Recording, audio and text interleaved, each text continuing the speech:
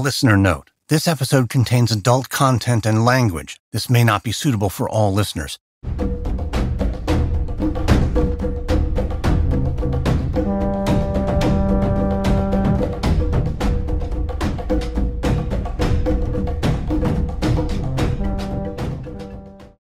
Okay, now today, pagi-pagi lagi aku dah tengok Papa Gomo punya video.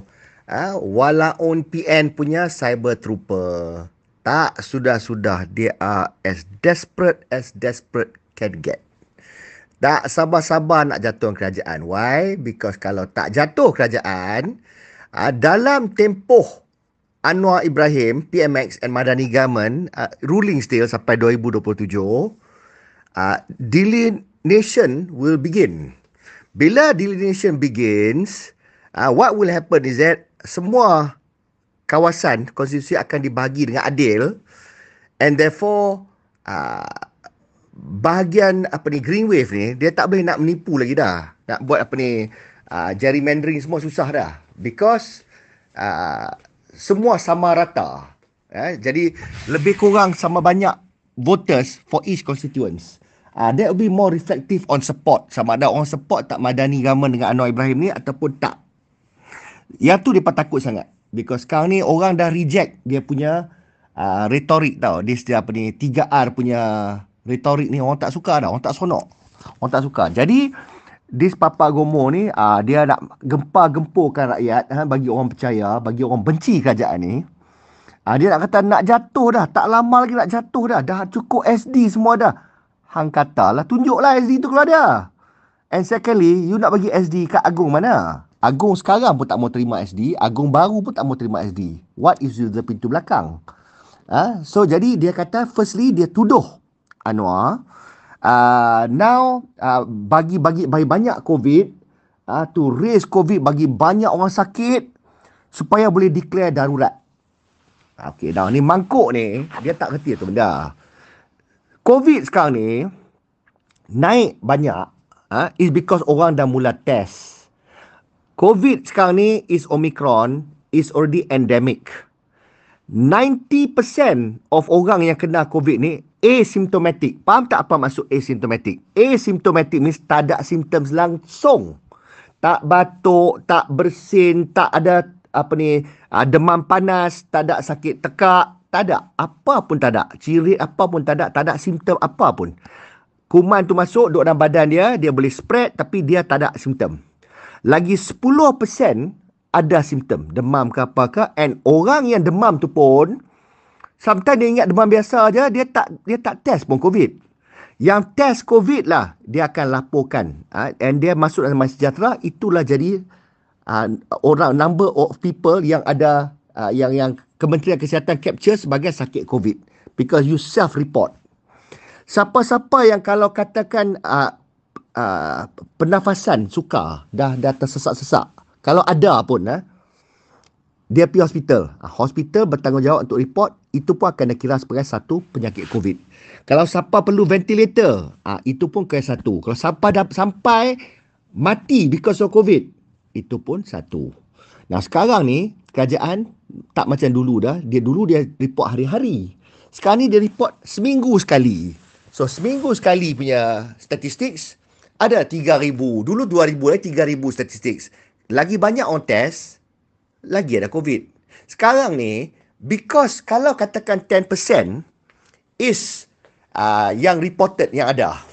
90% ni, 10% ni yang sakit ni dia test lah. Dia report lah. Tapi siapa yang tak sakit, dia tak test, dia 90% dia go around spreading. Jadi kalau satu minggu kita tengok, ada 3,500 orang lah yang ada COVID, laporkan ada COVID. Itu yang dilaporkan, doesn't mean orang yang menjangkiti COVID tu 3,500 orang. Much more than that. 90% kalau asymptomatic, maknanya lagi 90% tak tahu pun dia ada COVID.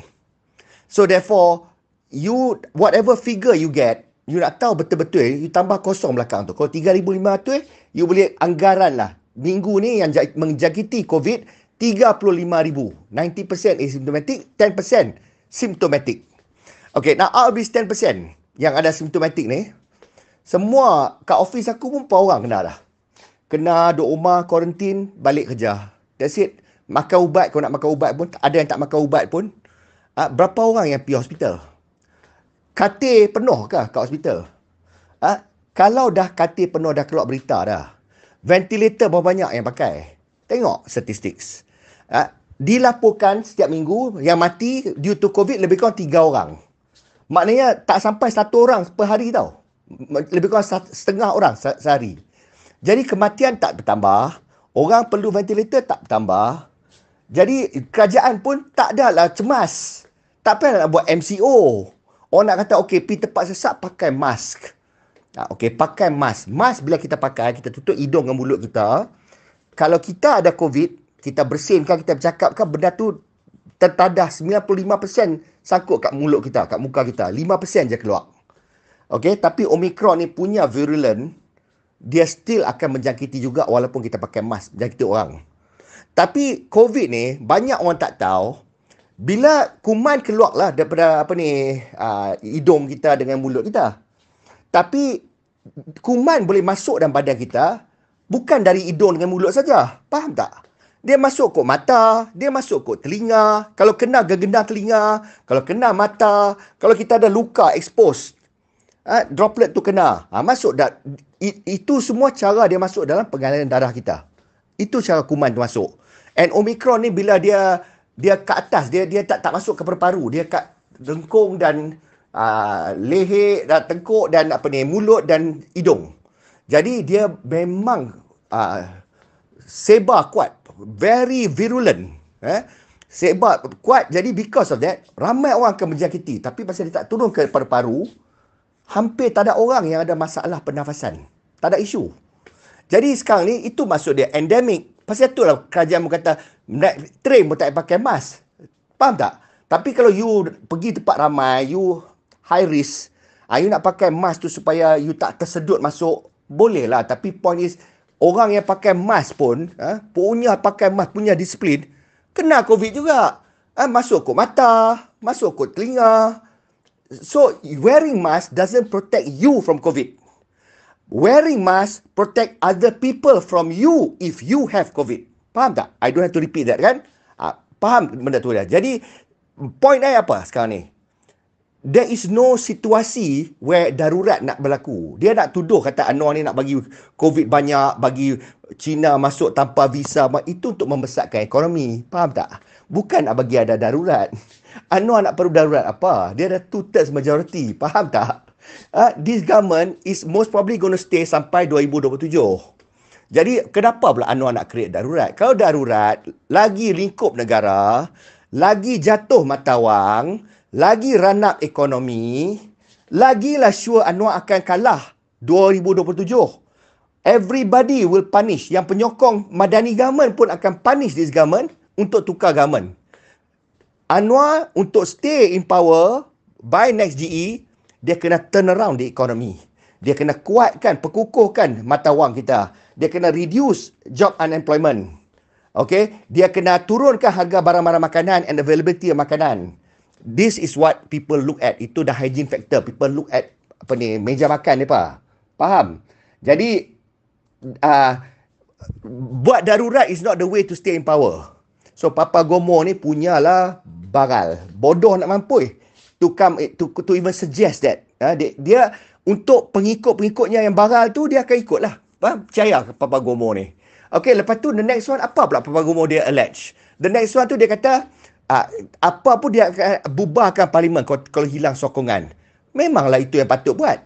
Pasal apa nak buat tembok atap? Sekarang ni kita bukan ada darurat apapun.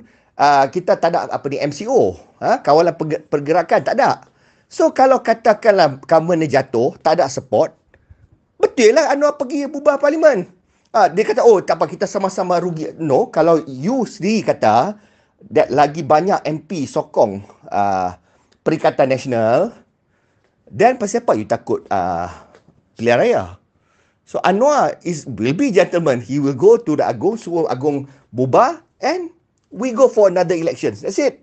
Itu saja cara dia. So kenapa nak tuduh kata si Anwar ni nak lepas tu dia kata, dia tuduh Anwar ni pula akan nak gaduh dengan DAP. Lim Kee Siang buat statement ni, gaduh semua, dia pakai gaduh and buat semua. Senang je nak test. Tunggulah. Tengoklah gaduh tak gaduh. Anwar dengan DAP takkan gaduh. DAP takkan pick fight dengan Anwar pun. Mereka loyal pada Anwar. Mereka sokong. And DAP also knows that they will not be government tanpa Ihsan Melayu. Melayu kau tak sokong DAP enough, DAP pun tak boleh jadi kerajaan. Sedarlah yang tu. Jadi kalau orang tak sedar yang tu, dia akan percayalah cakap Papa Gomo ni. So, nak tunjuk macam tu gaduh, lepas tu akan pergi pilihan raya tanpa DAP, lepas tu menang, lepas tu join balik dengan DAP. I tell you, the wild dreams of Papa Gomo. Firstly, we're not going to get into any elections for now lah. There's not going to be a darurat. There's not going to be pergaduhan dengan DAP dengan apa semua. Apa sebab nak gaduh dengan DAP? Lim Guan Eng punya sister pun dah jadi timbalan Menteri Kewangan, duduk kat ofis Anwar. So, apa dia? Siapa gaduh? Siapa? Who gaduh dengan DAP? So, nice try lah, try gila-gila babi. UMNO pun tak mau bergaduh dengan Madani government, dengan Anwar. And I think, the entire government, semua kohesif, semua okey. Tak ada masalah pun. Kita stabil sekarang ni.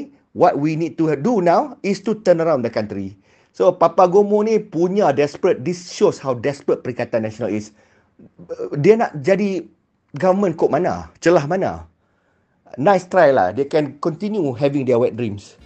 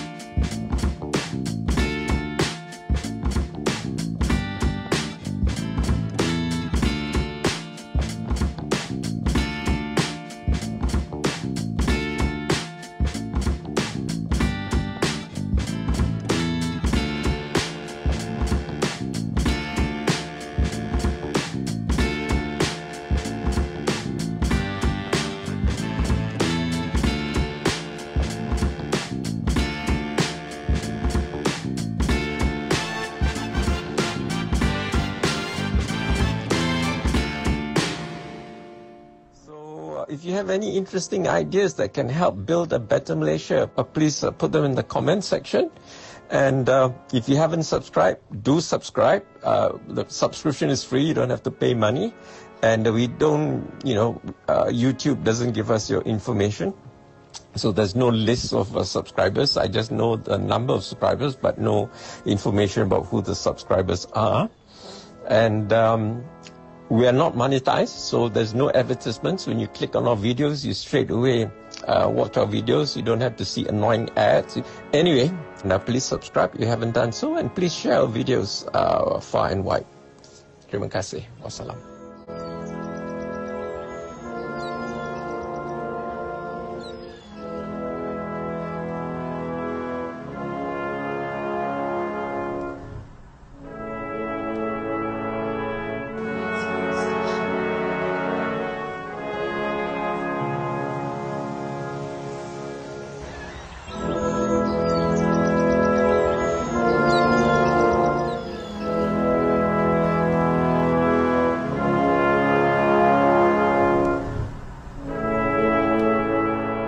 Anything in this video resonated with you, be sure to like it, share it with your friends, leave a comment, and as always, don't forget to subscribe.